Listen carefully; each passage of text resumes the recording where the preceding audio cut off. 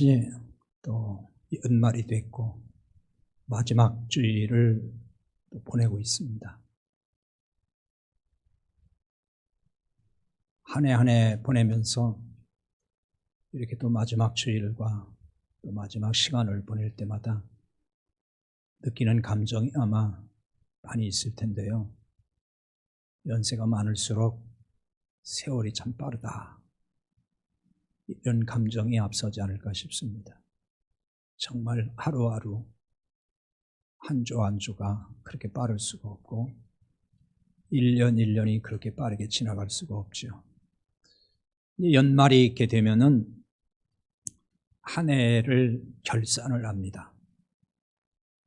기업이라든지 각종 단체에서는 성과 분석이라는 것을 하죠. 교회도 총회를 개최하고 교인 수가 줄었는지 늘었는지 그 증감에 대해서 분석도 하고 교회 재정에 대해서도 그 수지를 따져보기도 하고 여러 가지 원인을 또 분석도 해봅니다. 결산을 통해서 이제 드러난 수치를 가지고 여러 가지 분석하고 또 평가도 하죠.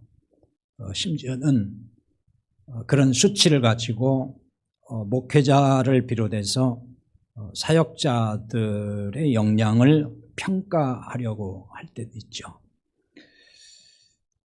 양적 성장주의를 지향하는 교회일수록 이런 경향이 농후합니다. 이런 교회 대부분은 교인 수나 그리고 재정의 증감을 교회 성장의 지표로 삼을 때가 많죠. 그것이 어떤 기준이 되는 거죠. 그래서 교회가 성장했다, 또 성장하지 않았다 이렇게 얘기를 합니다.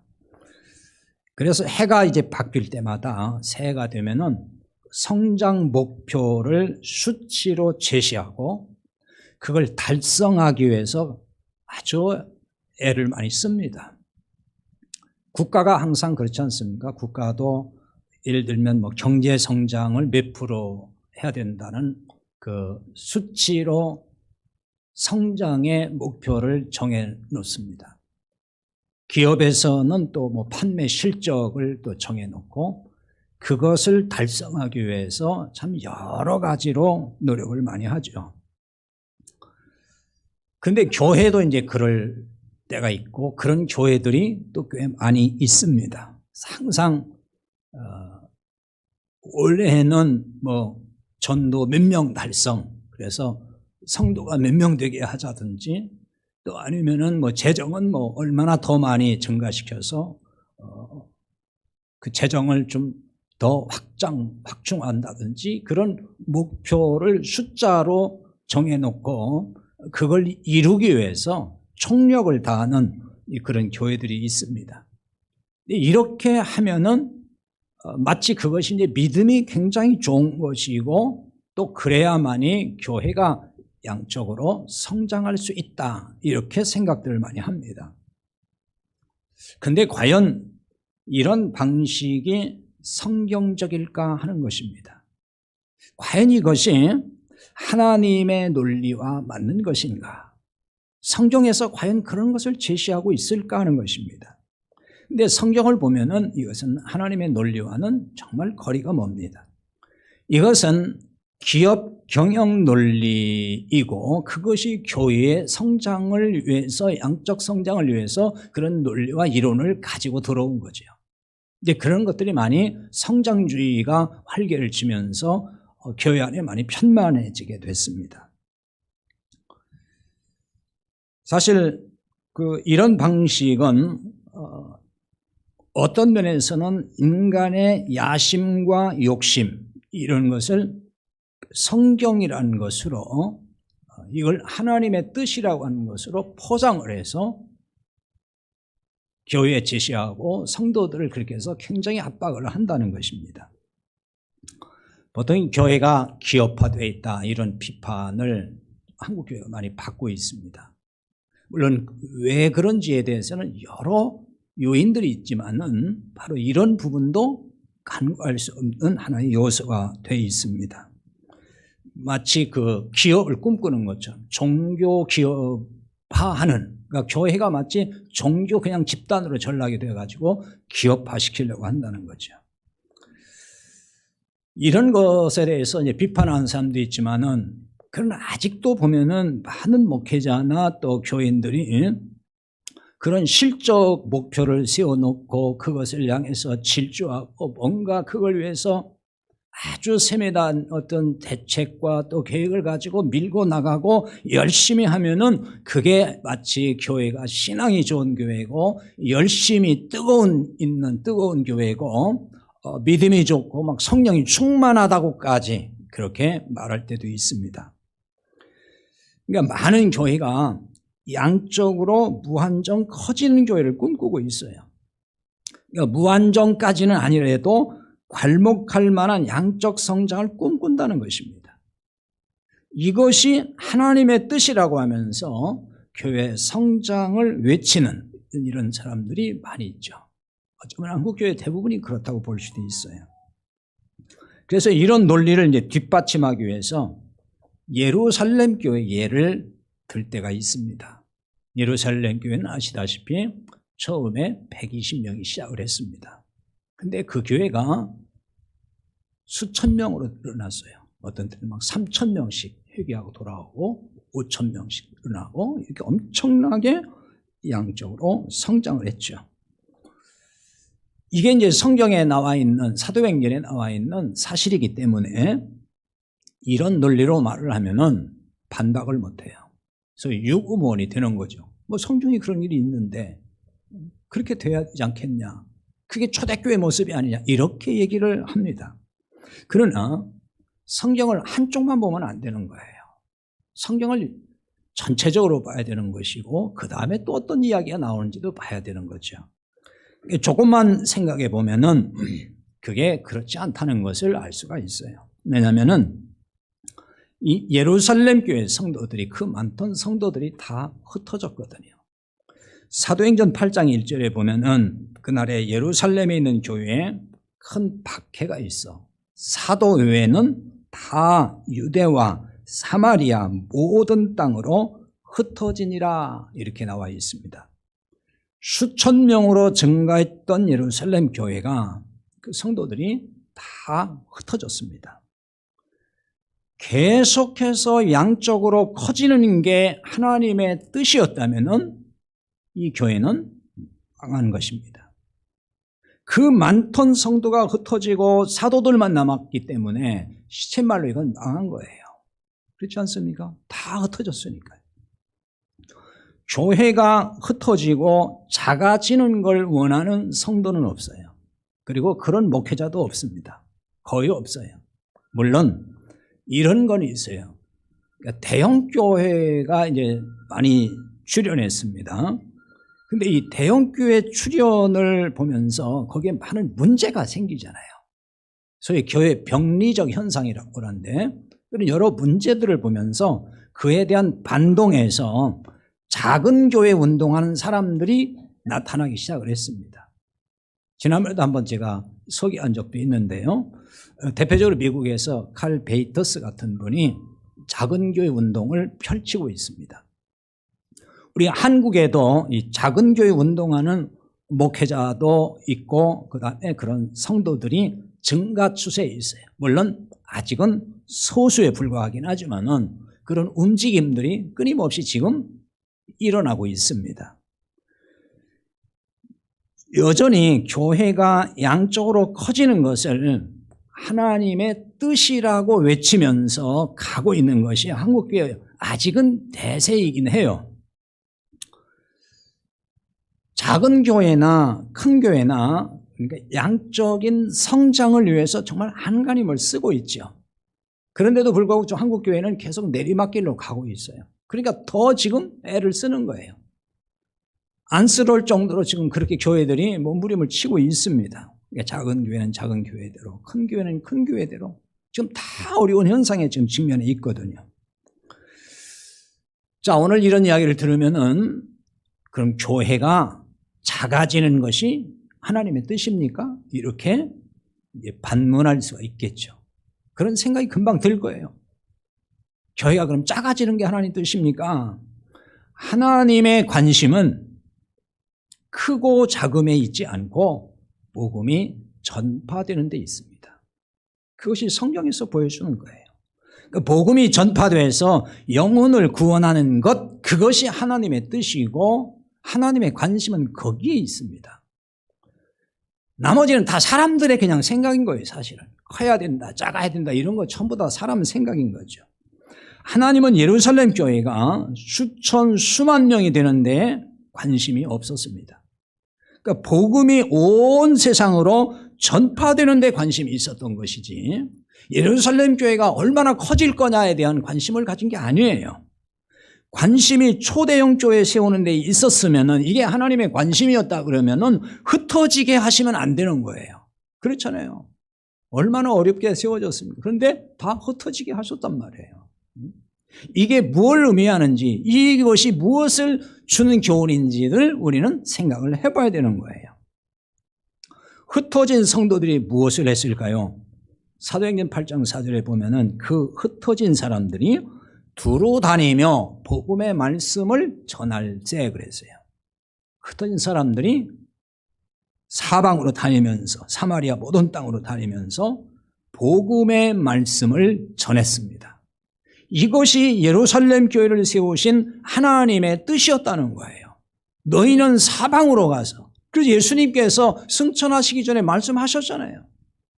성령이 임하면 너희가 권능을 받고 예루살렘과 온 유대와 사마리아와 땅 끝까지 이르러 내 증인이 될 것이다. 그러니까 주님의 뜻은 그거예요. 땅 끝까지 흩어져 가서 복음 전하라는 거였어요. 그런데 예루살렘 교회는 그렇게 했나요? 그렇게 안 했어요. 예루살렘 교회는 그냥 유대인에게만 복음을 전했고 유대주의에 그냥 갇혀 있었단 말이에요. 복음을 들고 저 사마리아로 이방 지역으로 안 갔어요. 그들은 오히려 구원받을 수 없는 사람이라고 단정적으로 생각을 했던 거예요. 사마리아를 비롯한 이방 지역으로 가서 복음을 전하지 아니했던 교회가 예루살렘 교회예요. 그래서 그냥 커지기만 그 안에서.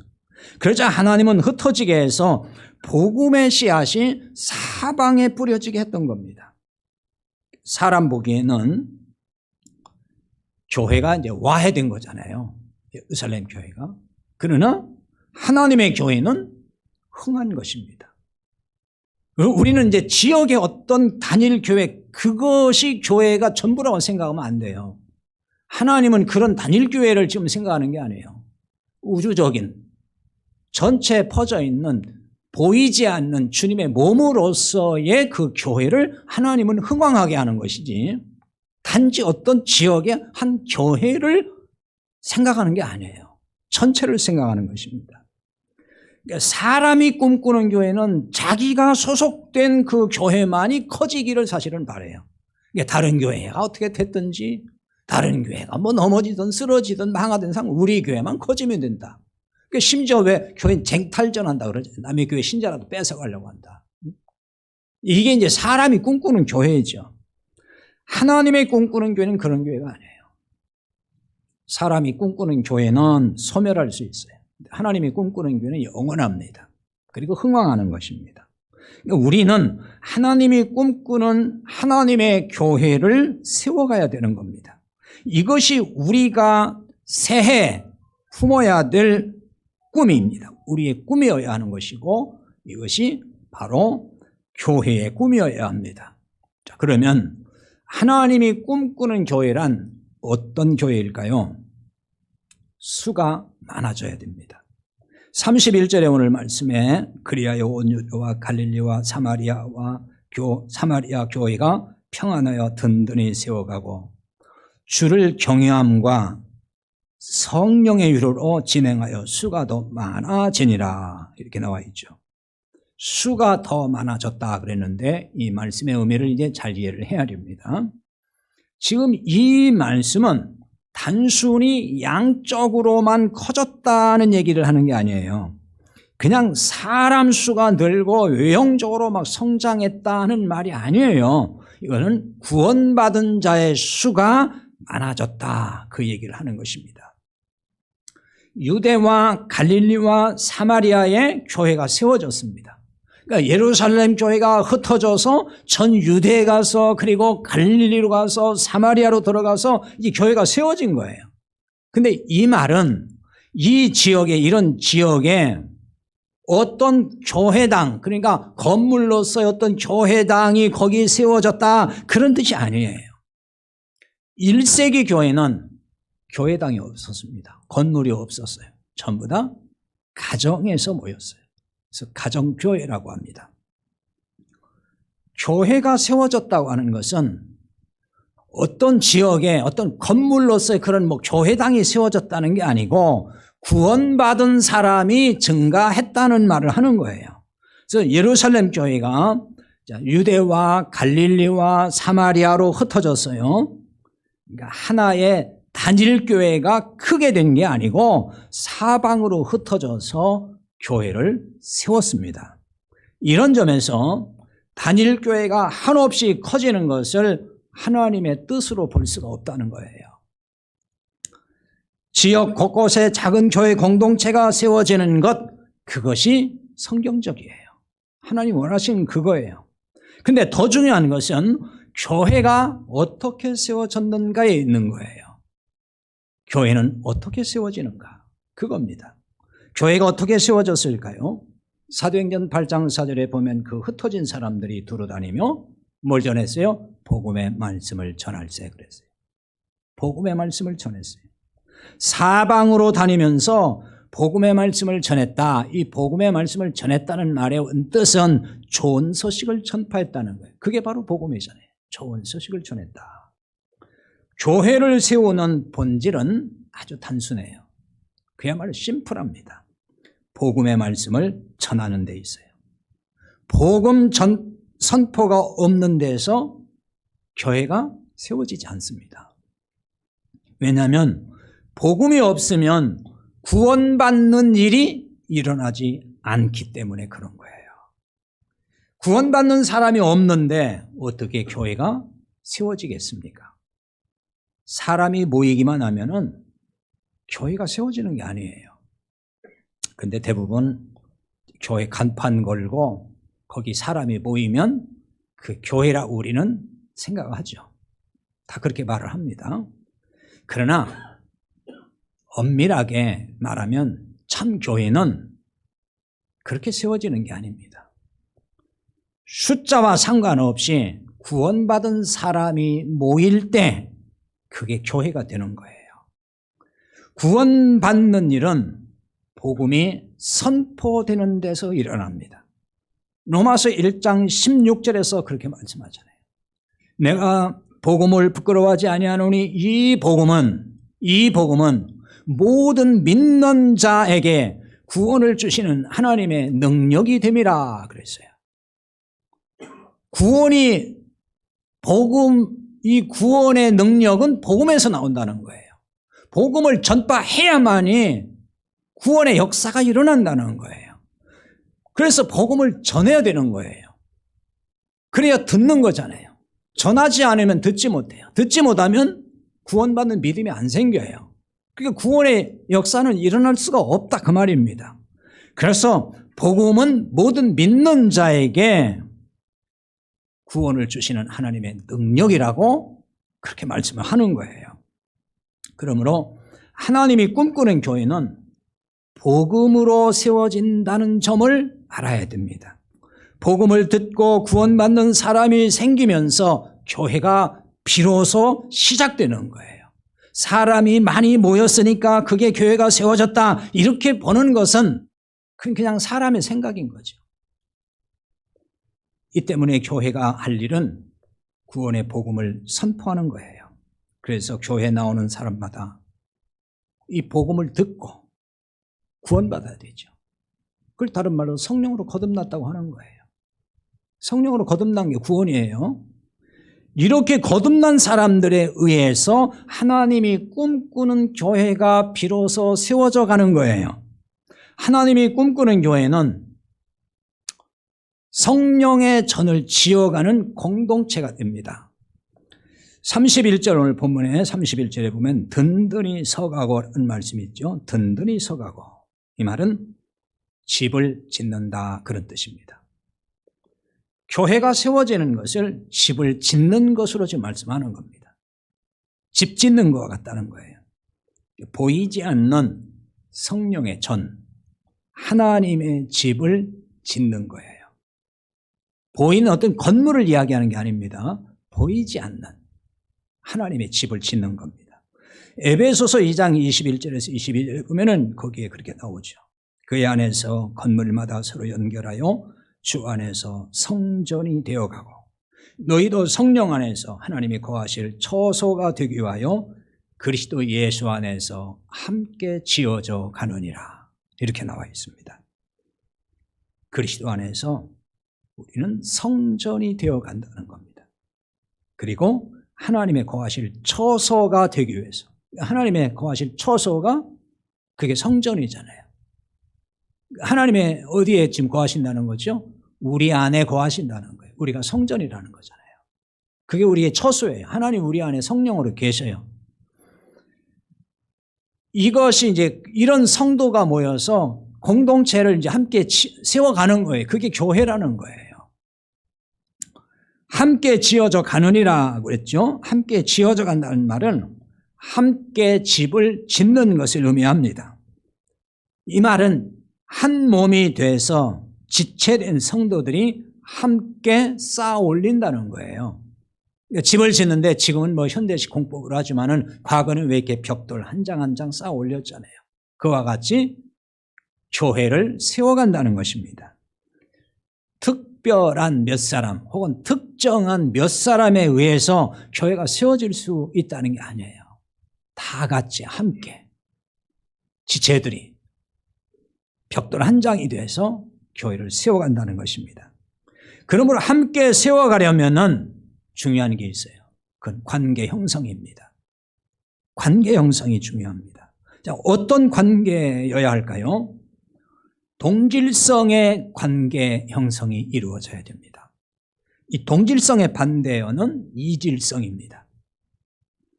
이질감을 느끼면은 함께 가기가 어려워요.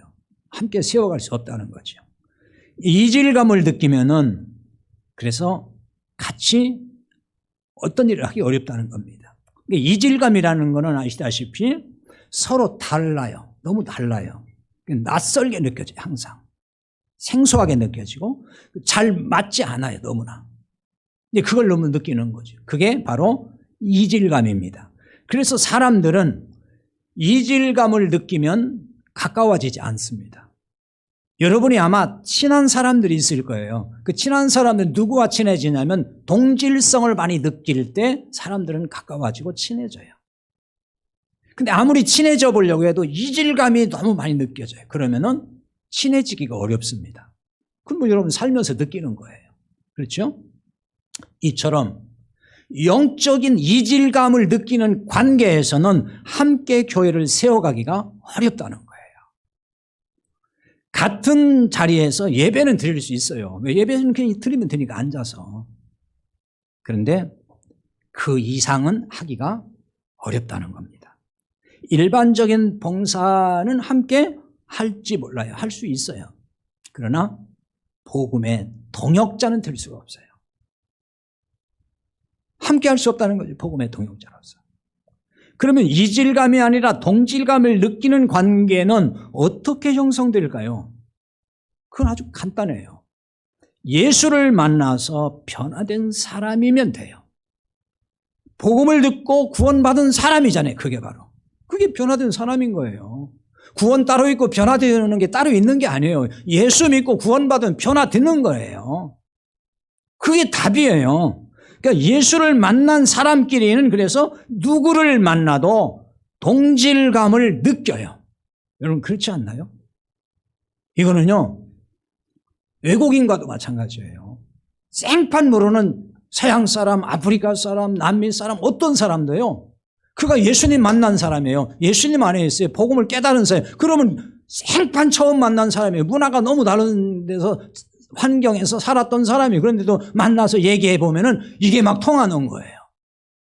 영적으로 통한다고 말이에요. 그게 동질감인 거예요. 여러분 그런 경험 안 해봤습니까? 정말 처음 보는 사람이에요. 그런데 예수 안에서는 정말 동질감이 확 드러나는 거예요. 그러니까 금방 친해져요. 그런 사람들은. 바로 그런 거예요.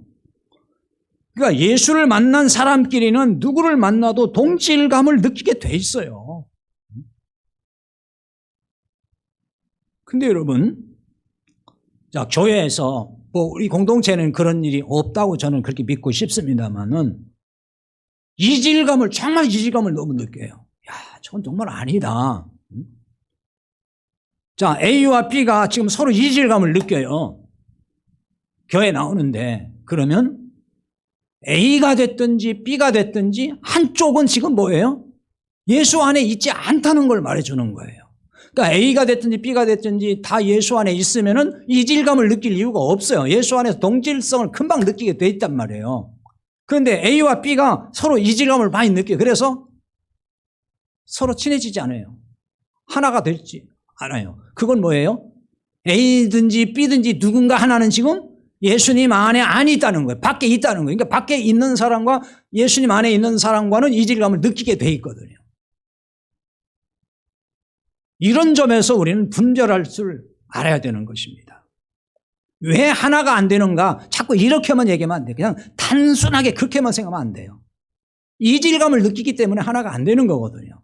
그것은 뭐냐? 어쨌든 그러면 한쪽은 예수 안에 있고 한쪽은 예수 밖에 있다는 얘기가 되는 거예요. 누가 됐든지 간에. 그런 관점에서 우리 영적 분별력을 가져야 되는 겁니다. 사울이, 자, 왜 이런 얘기를 하냐면 오늘 사울 얘기를 하는 거예요. 사울이 누구죠? 바울이 예수 만나기 전에 사울이에요. 예수 만나 변화된 사람이 사울입니다. 이 사울이 예수님을 만나기 전에는 예수 믿는 그 당시 사람들과 이질적 관계였어요. 그러니까 이질적 관계를 넘어서 서로 원수 같은 관계였죠, 사실은. 하지만 사울이 예수님을 만나 변화되면서 먼저 예수 믿는 사람들과 이제 동질적 관계가 됐어요. 서로 동질감을 갖게 됐습니다. 그러니까 이 관계를 이제 다르게 말하면 앞서 설명했듯이 서로가 그리스도 안에 들어왔다는 거예요. 사울이 예수님을 만나서 그리스도 안에 들어왔어요. 그리고 이미 예수님 안에 들어와 있는 사람들이 있습니다. 그리스도 밖에 있었던 사울이 그리스도 안에 들어왔습니다. 그래서 바울이 됐잖아요.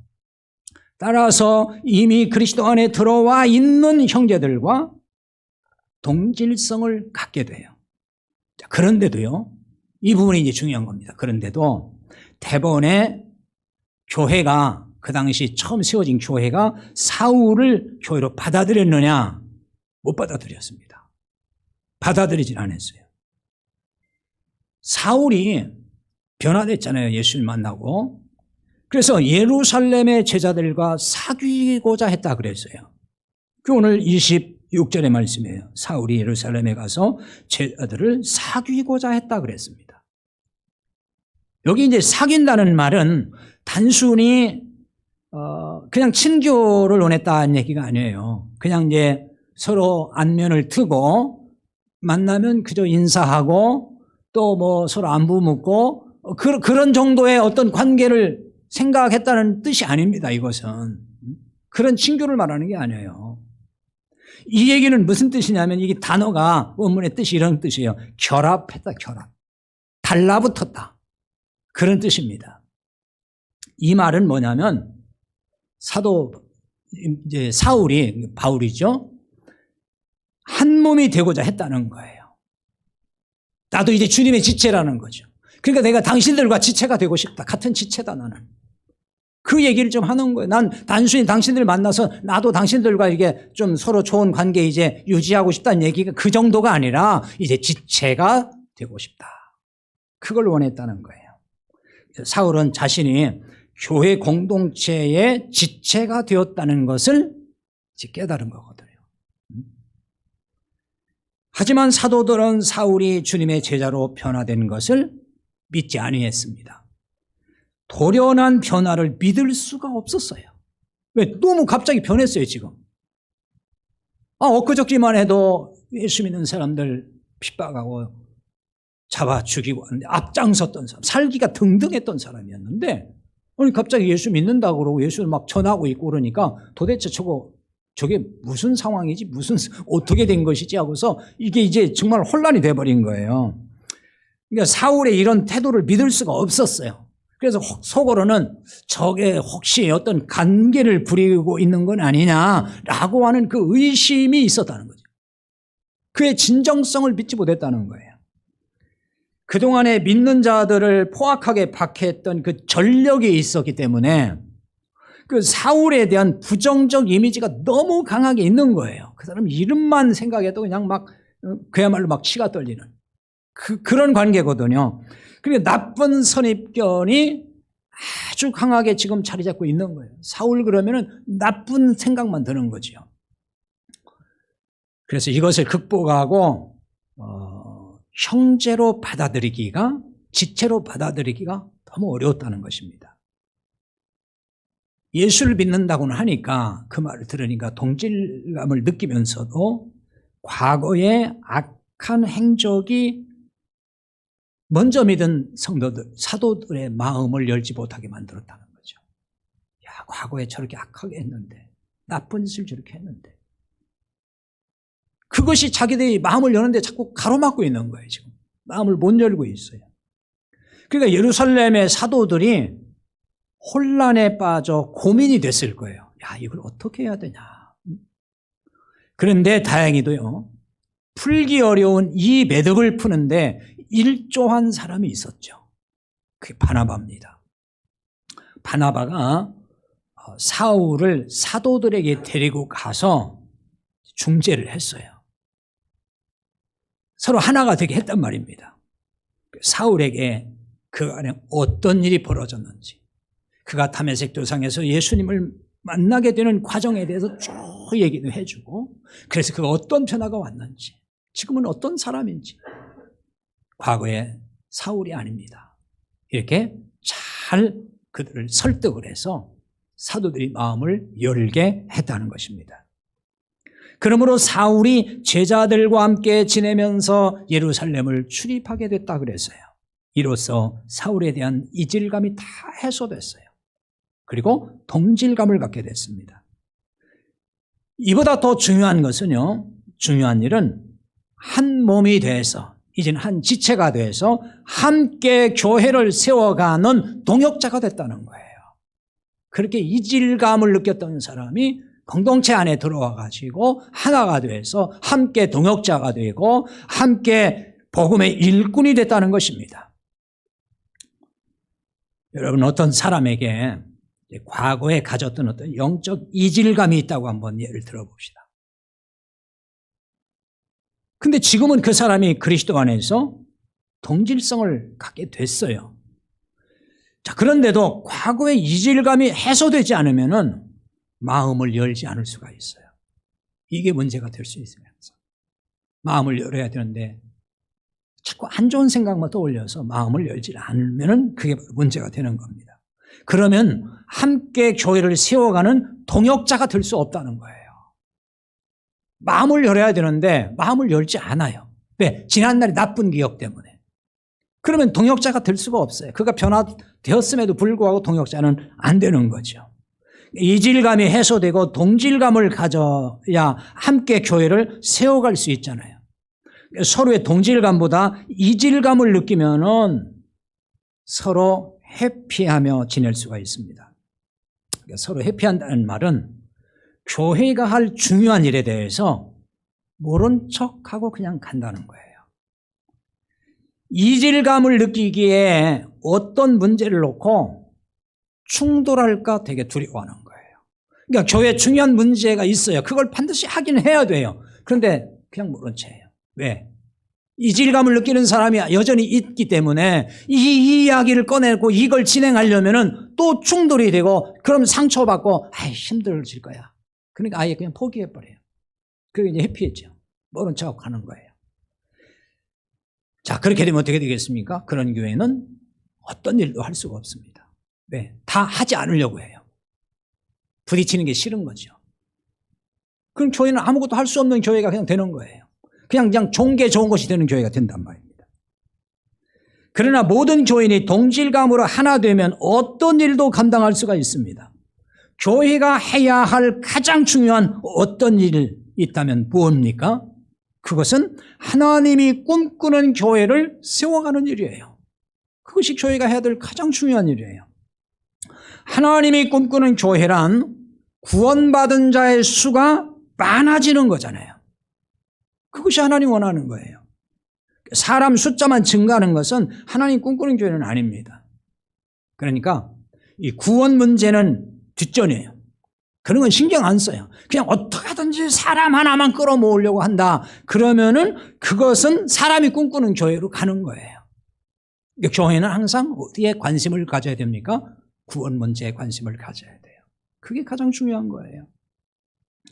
솔직히 한국 교회에 구원과 상관없이 교회 다니는 사람들 굉장히 많아요. 정말 많아요. 제가 신앙생활 하면서, 목회하면서 또 주변에 교회 다닌다는 사람들 많이 보면서 그중에 또 뭐 교회 집사도 있고 권사도 있고 뭐 장로도 있고 많잖아요. 뭐 주변에 보면 많아요. 정말 숫자는 어디 가나 많아요.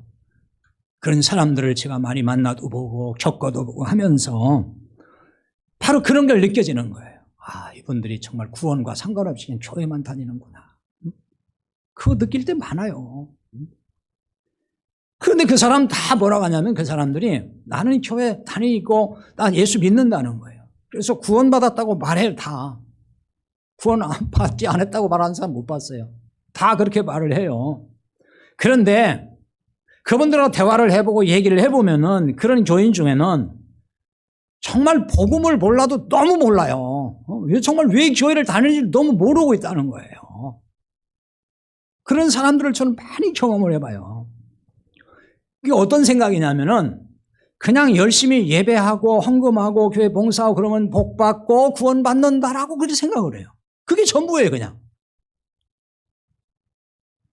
그러니까 저 법당에 가서 불상 앞에 가서 비는 거나 여기 와서 기도하는 거나 별반 다르지 않은 거예요, 그러니까. 그런 개념인 거예요, 그냥. 그런 사람이 정말 많아요. 그러니까 모든 죄에서 용서받았냐 그러면 그 모든 죄에서 용서받은 것인지 뭐 그런 것도 전혀 확신도 없고 개념이 없어요. 그리고 여전히 자기는 그냥 죄인이라고 생각을 해요. 그런데 말은 또 구원받았다 그래요. 여러분, 죄인인데 구원받았다 말이 됩니까? 죄인은 구원 못 받아요. 죄인이 구원받으면 죄인이 이제 아닌 거예요. 그러니까 죄인이 하나님 나라 갈 수 있어요? 하나님 나라는 의롭게 된 사람만 가는 거예요. 근데 자기는 죄인이라 그러면서 하나님 나라 간대요. 그런 말이 안, 어떻게 죄인이 하나님 나라 갑니까? 그러니까 그렇게 말을 하는 사람은 이미 벌써 구원의 개념이 지금 안 돼 있는 사람이에요. 구원이 뭔지를 모르는 거예요, 그냥. 하나님의 은혜로 구원받는다는 말은 다 해요. 그렇지 않습니까? 그런데 뭔가를 또 열심히 해야 복받는다고 말해요. 그러니까 자기 의의로 하나님께 나아가려고 한다는 거예요. 구원의 기본이 되는 은혜의 개념을 지금 모르는 사람인 거예요. 그런 사람들은. 그러면서 또 구원받았다고 말을 하면은 과연 그 사람이 말하는 구원은 뭘까? 그런 생각을 안 할 수가 없어요. 뭐 그 외에도 이 구원과 관련해서 오해하거나 잘 모르는 게 참 많아요. 서로 대화 중에 드러나기도 하고 어떤 얘기 중에 표출도 되고 그래요. 자, 그런데도 구원받았다고 확신을 한다는 거예요. 그냥 스스로. 그건 마치 뭐와 같으냐면요. 그렇게 확신하고 싶은 거예요. 그냥 심리적으로. 내가 그래도 이만큼 다녔으니까 구원받았다는 생각을 내가 해야 되겠다. 그냥 생각을 하고 싶은 거지. 진짜 확신이 있는 건 아니에요. 사실은. 그렇게 하고 싶은 거예요. 지금. 이런 안타까운 일들이 참 많아요. 자, 올해에도 제가 이 구원의 복음을 여러 관점에서 설교를 많이 했어요. 여러분 어떻게 들으셨는지는 모르지만은 그게 이게 구원의 복음을 또 얘기했구나. 복음의 핵심을 이렇게 짚어주고 있고 이렇게 알아들었는지는 모르겠지만은 사실은 저는 그런 여러 관점에서 설교를 했습니다. 많이 했어요. 그래서 이런 설교를 듣고 복음을 얼마나 깨닫고 그래서 그것이 선명해졌는지 그건 잘 모르겠어요, 제가. 네, 제가 물어본 건 아니기 때문에. 그래서 구원 문제가 확실하게 정립이 되었는지 솔직히 궁금하기도 해요. 정말 구원 문제가 확실하게 정립이 됐는지. 저는 담임 목사로서 그런 욕심은 있어요. 다른 건 몰라도 우리 성도들이 어떻게 성경을 뭐 일일이 다 잘 알 수 있겠습니까? 목사도 다 모르는데. 그러니까 다른 건 다 잘 몰라도 이 구원의 복음만큼은 좀 확실하게 알고 그것만큼은 아주 확실하게 정립이 됐으면 좋겠다. 솔직한 제 심정이에요. 왜냐하면 이게 잘 안 돼 있는 경우가 너무 많아요. 물론 그렇게 지금 정립이 다 돼 있는 분도 계시지만은 그렇지 않은 분이 더 많아요. 제가 볼 때는. 더 많아요. 그래서 여러분이 누구를 만나도 뭐 신천지를 만나든지 뭐 여호와 증인을 만나든 어떤 이단을 만나든지 또 어떤 교회를 만나든지 성경이 말한 복음은 이런 것입니다 라고서 아주 자신 있게 증거할 수 있어야 되겠다는 거예요. 저는 그런 교인이 됐으면 좋겠다는 거죠. 성경의 은혜가 뭔지, 성경에서 말하는 믿음이라는 것이 뭔지, 죄의 개념이 뭔지, 그리고 용서받았다는 것이 뭔지, 의롭게 된다는 것이 뭔지, 성경이 말하는 진짜 복이라는 것이 뭔지, 영생이라는 것이 뭔지, 바로 이 구원과 관련된 이런 부분에 대해서는 만큼은 아주 분명하게 이제는 딱 부러지게 누구에게라도 설명할 수도 있고 자신 있게 얘기할 수 있는 성도. 여러분 그런 성도가 되어야 하지 않겠습니까? 아니 구원이라는 게 기본이잖아요. 예수 믿는 걸 왜 믿어요? 구원 못 받고 교회 다니면 아무 소용 없잖아요. 그러니까 구원 받아야 되니까 내가 구원 받았다 그러면 여러분이 정말 나 구원 받았어요 그러면은 다른 사람한테 그 얘기 해줄 수 있어야 될 거 아니에요. 왜? 구원의 개념이 구원의 복음이 왜곡돼 있고 잘못 알고 있는 사람이 너무 많으니까 그거 잘못 알고 있는 거다. 은혜라는 건 이런 거다. 죄 용서라는 건 이런 거다. 의롭게 되는 게 이런 거다. 그런 거를 여러분이 딱 부러지게 설명도 하고 사람들에게 말할 수 있어야 된다는 거예요. 그런데 그 얘기 좀 하라면은 벙어리 돼요. 그때부터 아무 말도 못해. 신천지가 말 걸으면 아무 말도 못해. 꼼짝도 못해. 우리가 1, 2년 교회 나온 게 아니잖아요. 수십 년 다녔다면은 적어도 그 정도는 이제 해야 되지 않나 하는 생각이에요. 이건 제 어떻게 보면 욕심이라면 욕심이고 정말 여러분에게 원하는 겁니다. 새해에는 표어를 작지만 강한 교회라고 정했습니다. 이 제목으로 10월 달에 설교한 적이 있어요. 작지만 강한 교회를 우리가 엄청난 일을 하자 그 얘기 안 해요. 작지만 무슨 큰 일 좀 하자 그 얘기 하는 게 아니고요. 작지만 강한 교회는 기본적으로 구원받는 사람의 수가 더해지는 교회예요. 그게 강한 교회예요. 그게 안 되면 강한 교회 될 수 없어요. 그러니까 우리 성도들이 전부 구원의 복음에 대해서 이제 확실해지고 구원 문제가 완전히 다 해결돼 버렸다. 모든 성도가. 그러면 정말 숫자가 문제가 아니라 강한 교회 되는 거예요. 엄청난 교회가 되는 것입니다. 구원받은 자의 수가 많아지면은요, 작아도 강한 교회가 되는 거 그냥 당연한 거예요. 엄청난 일을 할 수 있는 거예요. 하나님이 꿈꾸는 교회가 이런 교회입니다. 그러니 하나님이 꿈꾸는 교회를 세우기 위해서 우리가 복음의 나팔수가 돼서 사방팔방에 이 복음을 전하면서 살아갈 수 있는 새해가 될 수 있기를 바랍니다. 기도합시다. 오늘 말씀을 이제 함께 기도합니다.